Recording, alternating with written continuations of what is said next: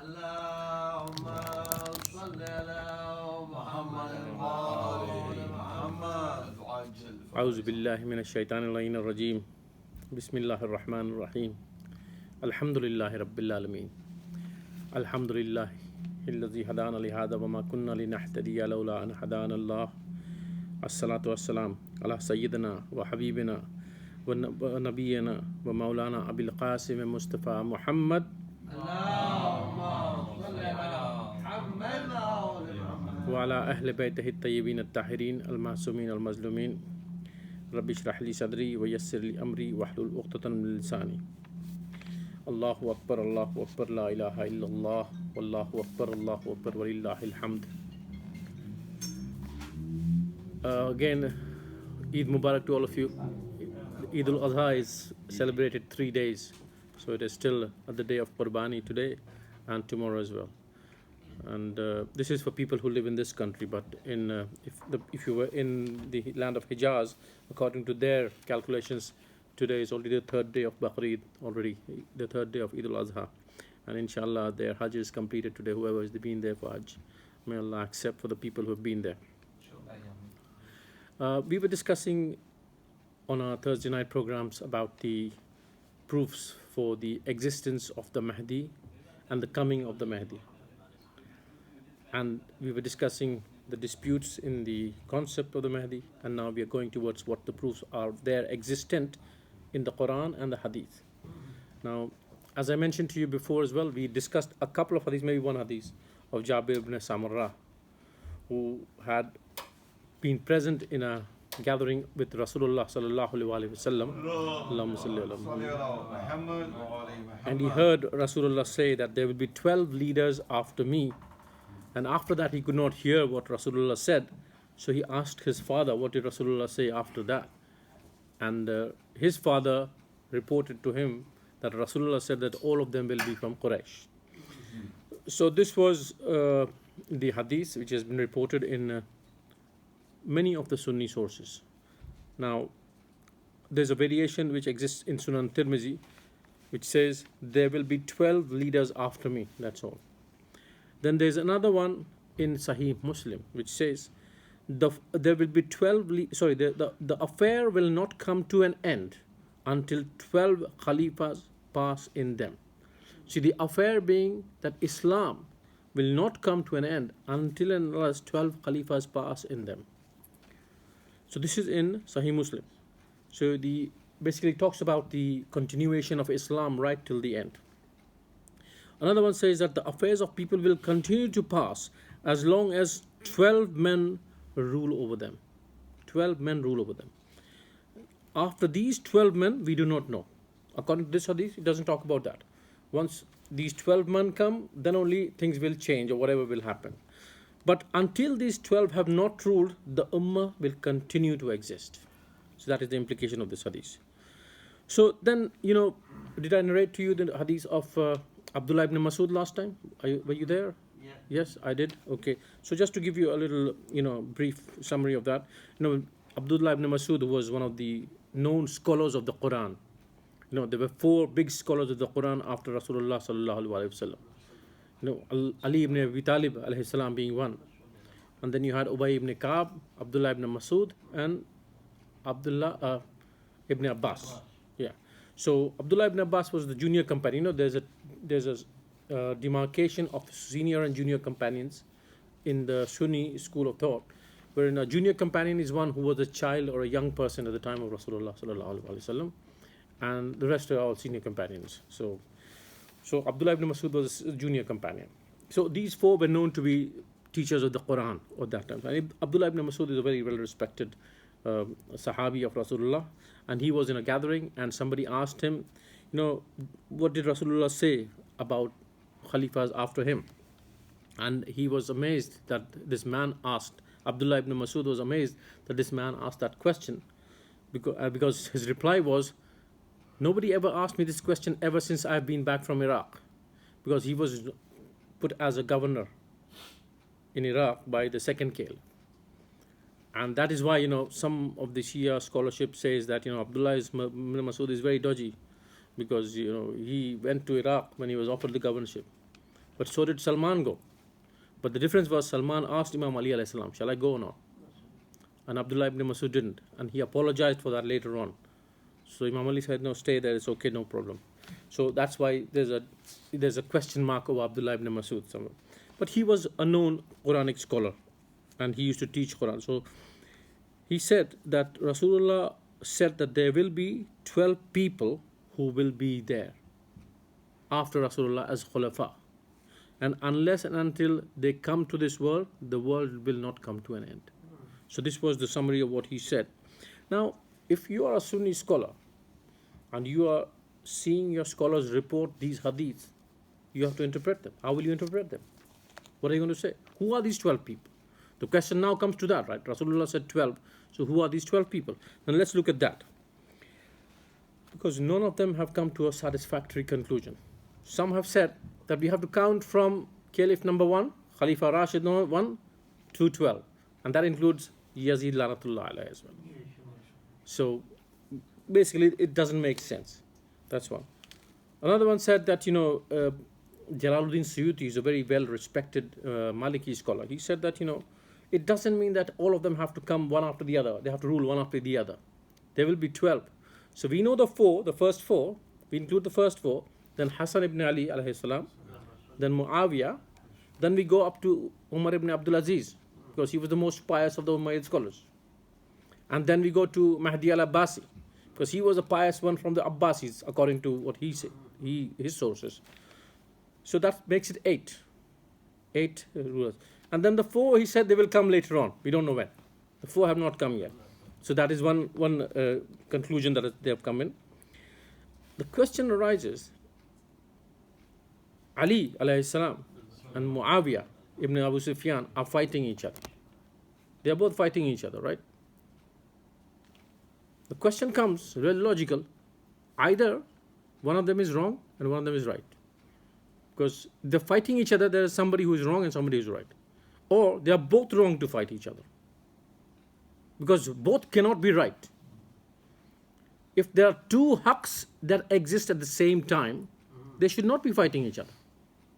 If they are both haq, the haq doesn't fight haq. So one of them is obviously on the wrong. Or both of them are on the wrong. So this is something to think about for people who do not have the aqidah that Shia Ithna Ashari have. So this was the thing. And then there is no plausible explanation for the 12. Who are the 12? They're still struggling. The scholarship in Sunni schools is still working out who are these 12 going to be. In fact, some of the contemporary scholars have gone on to say that, the obvious hukumat is somebody else, but the non-obvious hukumat is of the Aimmat Har alayhi salam from the Ahlul Bayt alayhi salam. So it has been there. Although these people are mainstream, but then they said these people were also right, but the others were also right. That cannot be true, like I said right now.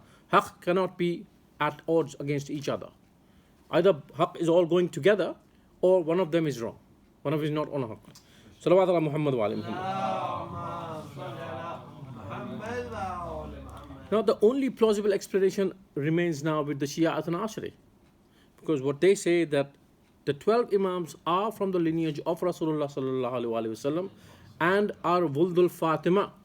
When we were talking about the concept of Mahdi in the beginning of this series, we mentioned that there is no dispute on the person who is going to be the Mahdi being from the children of Fatima salamullah alaiha. There's no dispute on that. So this was there. The Shia Ithna Ashari claim that all the 12 are from the lineage of Lady Fatima salamullah alaiha, and 11 have come and passed, and the 12th is in occultation, and he will reappear on the order of Allah subhanahu wa ta'ala. That is the explanation given by the Shia Ithna Ashari, which is the most plausible. Some people might say, if they're non-Muslims or some just academics, rational people, rational people, they can think fitna out of their brains. Because they're very rational, they're always looking at logic and, because they say, how is it possible? Well, if it is possible for Jesus, then it's possible for anybody. Because, the thing is, we look at the principle, we don't look at individuals. We look at the principle in the Quran. Allah can make somebody live for 2,000 years, no problem. Allah can make somebody live for 10,000 years, like Iblis says. No problem. So what's the problem with the 1300 years?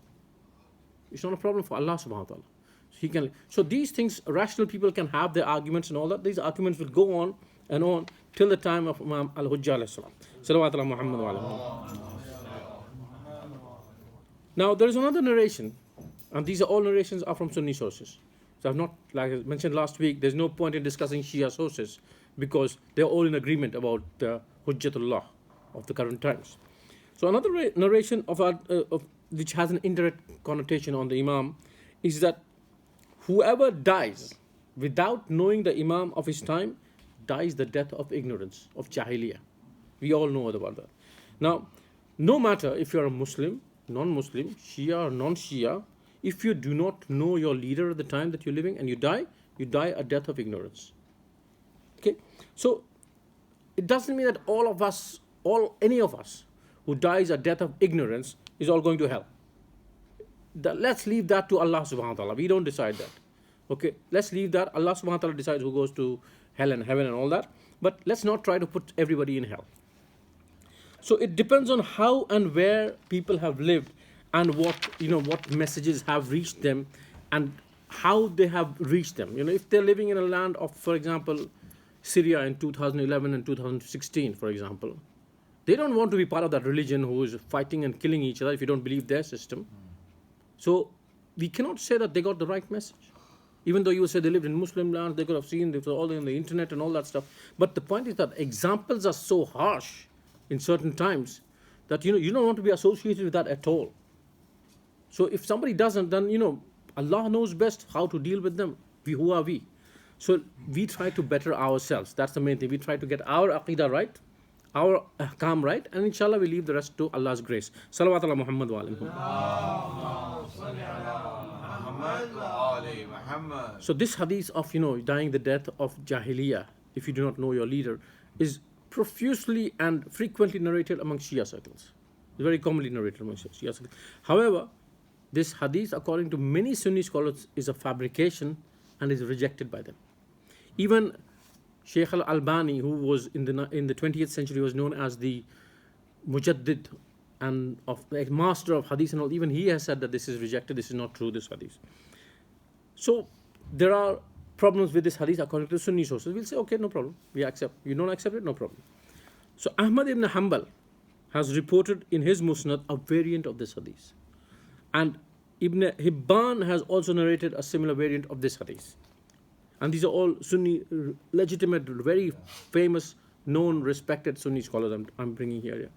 So Ibn Hanbal has reported a fair few hadiths about the Mahdi alayhi salam, which is why some Sunni scholars said he's a Shia. The problem here is that, and it can be, you will find this in many situations, anybody says things which is in concordance with Shia beliefs, they put him straight away in as he's a Shia. Well, Ibn Hanbal's aqidah is very clear. Yeah.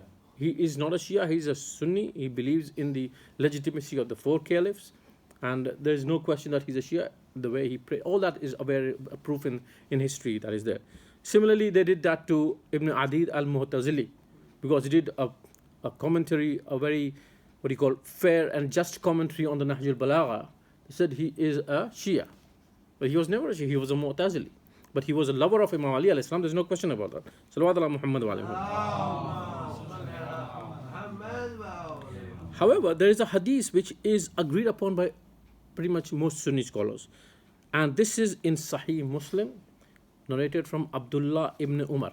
Please pay attention. That whoever dies without paying allegiance to an Imam has died a death of ignorance. There's a slight variation here. You know this? Whoever dies without paying allegiance, bayat, you have to give bayat to a leader. Whether he's right, wrong, corrupt, non-corrupt, doesn't matter. You have to give bayat to a Muslim leader in order to not be ignorant when you're in your deathbed. So this is narrated from Abdullah ibn Umar. And now, there's a very interesting part to this actually. Abdullah ibn Umar never gave allegiance to Imam Ali alayhi salam. He never gave allegiance to Muawiyah. He was without any allegiance, no bayah to anybody. Him and people like Syed ibn Abi Waqqas and all these people, they never gave allegiance to anybody. And they are considered by the Sunni scholars as the original Mu'tazila. Because they did i'tizal, because they separated themselves from giving bay'ah to any leader. Because actually in theology we have seen that, the Mu'tazila started when Wasil ibn Ata separated from Hassan al-Basri because he did not agree with his certain interpretations of certain laws that he was trying to explain. And that's when the Mu'tazila theology started to develop from there. But Sunni scholars say that this was the original Mu'tazila. This was the original i'tizal, the original separation, because they did not give bay'ah to any leader. However, Abdullah ibn Umar, as he grew older, and then Abdullah ibn Zubair was killed, his conscience started to prick to him about giving allegiance, because he remembered this hadith that you have to give bay'ah to a leader before you die, otherwise you die a death of ignorance. So now he became desperate. He said, no, I want to give bay'ah now. So he went all the way to Iraq. At that time, the governor there was Yusuf ibn Hajjaj al-Saqafi. You know him very well. Yeah. So, well, I can hear words of Beshumar. I don't know what Beshumar you're sending him. Okay. Alhamdulillah. Let's hear the word. So he was a very famous ruler at that time, and very, very harsh ruler, and very arrogant. So Abdullah ibn Umar, he went right up to there, and he said, I want to give bay'ah to you. Give me your hand, I will give you bay'ah. Now what did Hajjaj say? This is a old person who's a companion, who's a Sahabi. And Hajjaj did not have any respect for this person, an elderly person. He said, my hands are busy, take my feet. He humiliated him like that, just because he went to do bay'ah. The point is not about giving you a history course here. It is all available in history. You can go and find out what Hajjaj ibn Yusuf al-Thaqafi did with Abdullah ibn Umar. The point is that Abdullah ibn Umar was conscious of this hadith, that you have to give bay'ah to a. So what does this hadith say? That there is a leader available all the time. There is an Imam, there is a Khalifa of Allah available all the time. And you have to give bay'ah to him before you die, otherwise you die a death of ignorance. Now this hadith is available in Sunni sources and is accepted that this is a correct hadith. It's a Sahih hadith. Now, the implication of this hadith is quite serious. First of all, as I mentioned now, that there is an Imam. Who is the Imam? Who is the Khalifa of Allah? And we have to give bay'ah to that leader, according to Sunni sources. I'm not talking Shia sources. So according to Sunni sources, you have to recognize a leader and give bay'ah. And that is where the problem lies in many places, because Sunni scholarship is not clear on who the Imams are. And people are rushing around to give bay'ah to any kind of a corrupt political leader, or a king, or a sultan, or a khalifa, whatever you might call them, whatever name they might give is different. But they recognize them as whether it be Umayyads, whether it be Abbasis, or whether it be the Uthmanis. They are claiming them to be the legitimate leaders because they have a large empire, they have a large political base. That is not the criteria for an Imam. I think you're all aware of this, the criteria that Imam has to have the nas with Allah subhanahu wa ta'ala. It has to have connection of nomination. He has to be selected by Allah subhanahu wa ta'ala, and he has to be announced by the previous Imam or a previous Masoom to be correct. The Masoom could be a Rasul, a Nabi, or an Imam. So in our case, in our Ummah of Rasulullah sallallahu alaihi wasallam, Allahumma salli ala Muhammad wa ala Muhammad, the nas is from Allah to Rasul, then from Rasul to the first wali, and then the second wali, and so on. So the nas has to be very clear. It's not by political power, but you can get that by treachery, you can get that by bribery, you can get that by, have a group of people like Ibn Khaldun said that if you have a large base of your own tribe, there's solidarity, you can beat the others. So you can get all that stuff. But it has to have a nas from Allah subhanahu wa ta'ala. And secondly, he has to be able to do mu'jiza or karamat. We use the term karamat for Imam. We don't use the word mu'jiza, but we use the word karamat. He has to be able to perform karamat, not just false karamat. You have to be able to perform genuine karamat. And there are immense examples of all the Imam being able to perform certain karamat.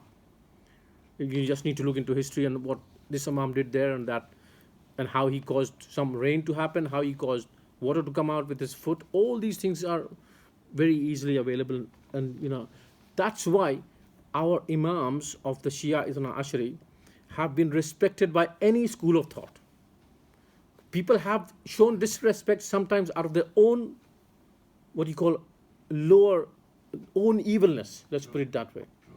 But they have not been able to challenge them on an academic level with rationality, because our imams, Imam Islam, were the most rational people. They could give you arguments based on rationality. For example, the atheist who discussed with the Imam Zainul Abidin alayhi salam in the Kaaba. In the Kaaba, he's talking about atheism and no God, and Imam alayhi salam was giving the answers. Similarly with Imam Sadiq alayhi salam and any Imam, for example, people like Imam Rada alayhi salam, who's known for his munazara, who's known for his debates with all kinds of religious scholars and non-religious people. So the thing is, academically, they all accept that these people were special people. Yet you cannot go against the grain of what has been drummed into theology, that this is the correct thing of the caliphate, having the Khalifa Rashidun, 1, 2, 3, 4, and then whatever, so on and so forth. Then suddenly it's lost. What happens to the Ummah? Everything goes lost after this 4? What about the Ummah? Is it going to be led to on their own? Because you did not agree, the majority did not agree with the fact that, Rasulullah needs to appoint somebody. You did not agree with that. Public can appoint it. Okay, public appointed 1. 1 appointed 2. Shura appointed 3. And the public fought to appoint the 4th. There was a big hoo-ha about Imam Ali alayhi salam being asked by the public to take up the reins. So much that the riwayat goes in Nahjul Balagha, you can see that Imam Ali used to say that people were getting on top of my feet to give bayat on my hand. That was the pressure he had. And then what happens after 4? Imam Ali alayhi salam said, Hassan ibn Ali, you are the next. But his was taken away. And then what? Nobody there. All the Rashidin have gone. The Ummah is on its own to do whatever they feel like. Who's going to guide them? The point is that there has to be an Imam always available to guide the Ummah whenever they go astray or they need some help. Okay. Now, the implication of this hadith is very serious, and we all this has to go and pass on to the academic and rational people of the Ahl Sunnah, that there has to be somebody who is available right now for whom you can pay your allegiance. If you agree to this hadith, the hadith should not only be in books, it has to be in the belief in the ahkam. So the question now arises, you have to decide who the Imam is. Let's leave it there. Let's park that there. Now, this was all the indirect connotations to the Mahdi existing. Now, let's look at the direct hadiths that are there, direct narrations that are there about Imam Mahdi alayhi salam from Sunni sources. Abdullah ibn Masud reports from the Holy Prophet sallallahu alaihi wasallam. He says that the world would not end before a man from my Ahlul Bayt rules over all the Arabs whose name is as mine. He's narrating from Rasulullah sallallahu alaihi wasallam, and this is in Tirmidhi and Abu Dawud, Sunan of Tirmidhi and Sunan of Abu Dawud. I'm running really fast because you're all aware of these hadiths, but I just want to bring it down for the sake of the record. Another narration from Abu Sa'id al-Khudri from Rasulullah sallallahu alaihi wasallam says that he heard from the Prophet.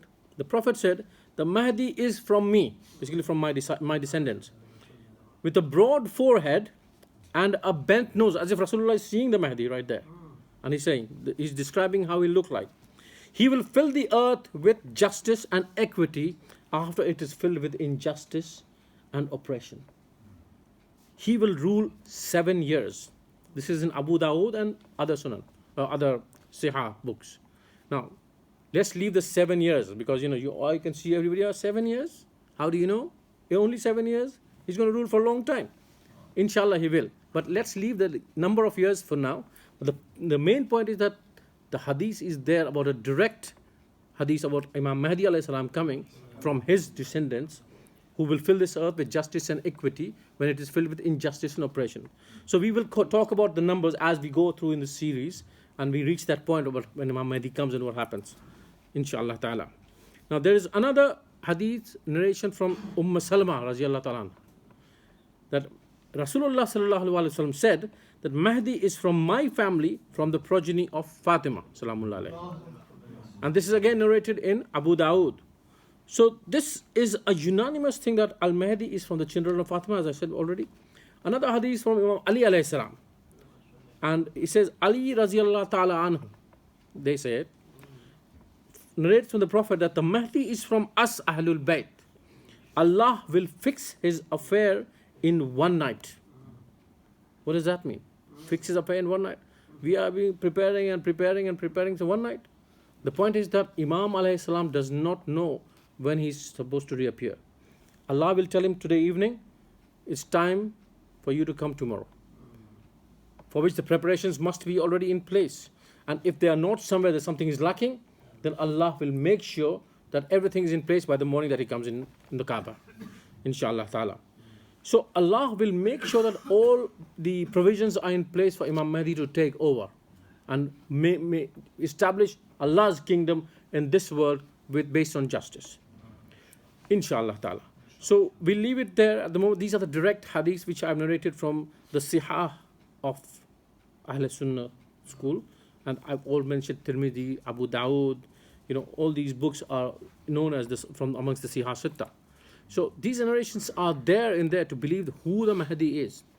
Now we'll come to the next thing about, is the Mahdi already alive or is he going to come? We shall leave it for next week. Inshallah, it's time for Maghrib now. May Allah give us the tawfiq to recognize our Imam in the true sense. And may Allah give us the tawfiq to renew our allegiance to him every day, so that we have a commitment that is reminded into our hearts and minds about who we follow and who we are going to be siding with when the real situation happens, inshallah, sometime soon. ربنا تقبل منا إنك أنت السميع العليم وتب علينا إنك أنت التواب الرحيم اللهم صل على محمد وعلى محمد. May Allah bless Brother Misam Raza, who is the sponsor of today's gathering.